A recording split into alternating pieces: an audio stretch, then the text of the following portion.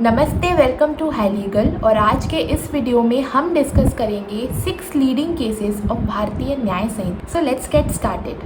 सबसे पहला केस है Kedarnath versus state of Bihar. ये केस डील करता है सेडिशन से, जो कि था आईपीसी का सेक्शन नंबर 124A। बीएनएस में अब इस सेक्शन को जगह नहीं मिली है, पर यह कहना बेहतर होगा कि इस नाम से जगह नहीं मिली है, क्योंकि सिमिलर ऑफेंस बनाया गया है सेक्शन नंबर 152 में, लेकिन बीएनएस ने सेडिशन वर्ड को यूज़ करने से खुद को रिफ्रेन किया है। चलिए अब बात करते हैं इस केस की।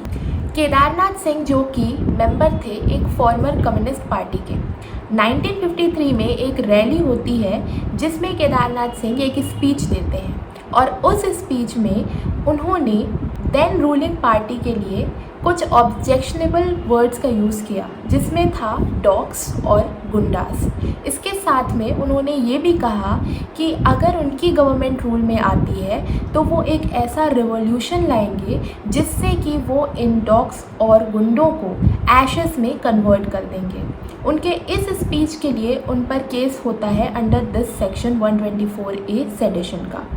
जब ये केस कोर्ट में जाता है तो केदारनाथ जी की आर्ग्यूमेंट ये रहती है कि यहाँ पर उन्होंने सेक्शन 124A को वायलेट नहीं किया है, बल्कि ये उनका राइट है under article 19 of Indian constitution, which talks about right to freedom of speech and expression. इस केस में सुप्रीम कोर्ट ने ये जजमेंट दिया कि किसी एक्ट को सेडिशियस तब माना जाएगा जब वो एक्ट गवर्नमेंट को सबवर्ट करने के लिए किया जाए, जो दो तरह से हो सकता है। नंबर 1 थ्रू वायलेंट मीन्स और number 2 by creating public disorder. लेकिन वहीं अगर आप गवर्नमेंट को क्रिटिसाइज़ कर रहे हैं, जिसके मेन दो पर्पस हो सकते हैं, number 1 for the improvement and number 2 for the alteration of the policies of the government, तो उस केस में उसे सेडिशन नहीं माना जाएगा।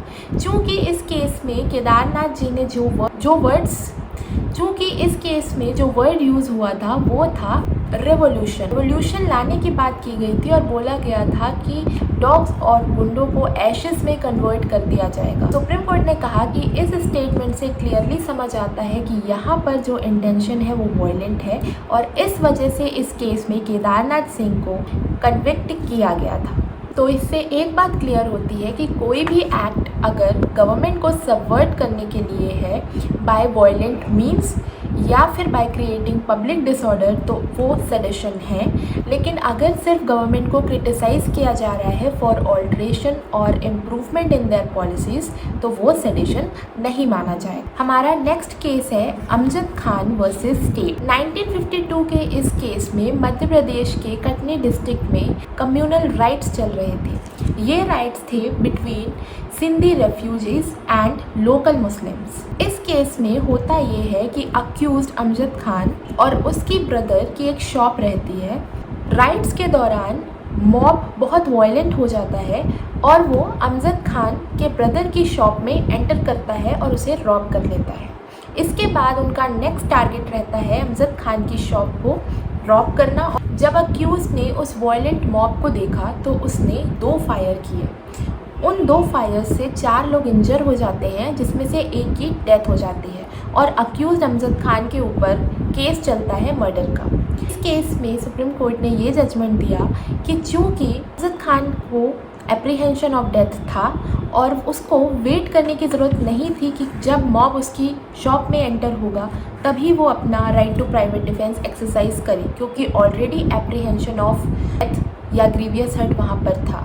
तो यहाँ उसे राइट टू प्राइवेट डिफेंस का बेनिफिट दिया गया। आईपीसी का सेक्शन नंबर 97 एंड 100, जो कि अब बीएनएस का सेक्शन नंबर 35 एंड 38 हो चुका है, उसके तहत इन्हें अक्विट कर दिया गया। Next case Tukaram and another versus state of Maharashtra. इस केस में एक आदिवासी गर्ल जिसका नाम था मथुरा, जो कि एक मेड थी, वो एक क्लोज रिलेशनशिप में एक अशोक नाम के पर्सन के साथ में थी। मथुरा का ब्रदर गामा था, जिसे उसकी ये रिलेशनशिप पसंद नहीं थी, लेकिन मथुरा अशोक से शादी करना चाहती थी, और इस वजह से मथुरा और अशोक घर से भाग जाते हैं। यहाँ पे मथुरा की एज 14 से 16 ईयर्स के बीच में थी। जब मथुरा के भाई को ये बात पता चलती है तो वो पुलिस स्टेशन में किडनैपिंग की FIR लिखवा देता है। पुलिस अशोक और मथुरा को पकड़ लेती है और पुलिस स्टेशन में ले आती है। उनके घर वालों को इन्फॉर्म किया जाता है। जब उनके फैमिली मेम्बर्स आ जाते हैं तो कांस्टेबल बाबू राव उनके फैमिली मेम्बर्स से कहते हैं कि उन्हें मथुरा का स्टेटमेंट लेना है तो सभी बाहर चले जाएं। जब उनके फैमिली मेम्बर्स बाहर रहते हैं तो कांस्टेबल बाबू राव एक और कांस्टेबल गणपत मथुरा के साथ गैंग रेप करते हैं और इसके अलावा एक और कांस्टेबल तुकाराम उनका सेक्सुअल असॉल्ट करते हैं।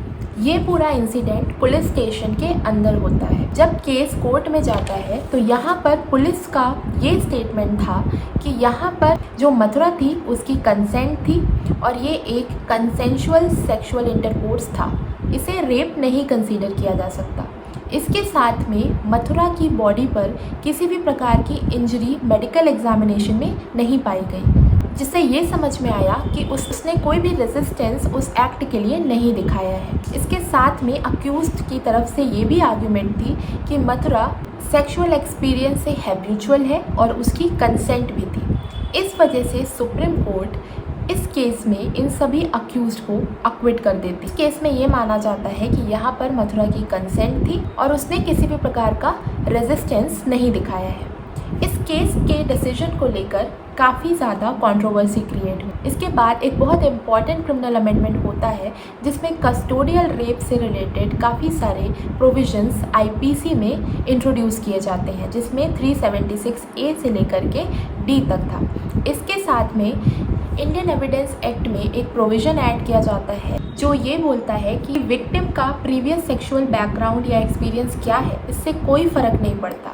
अगर किसी एक्ट के लिए वो बोल रही है कि उसकी कंसेंट नहीं है तो यही कोर्ट प्रिज्यूम करके चलेगी कि विक्टिम की कंसेंट वहाँ पर नहीं थी। उसके प्रीवियस सेक्सुअल एक्सपीरियंसेस या बैकग्राउंड से कोई भी फ़र्क नहीं पड़ता है।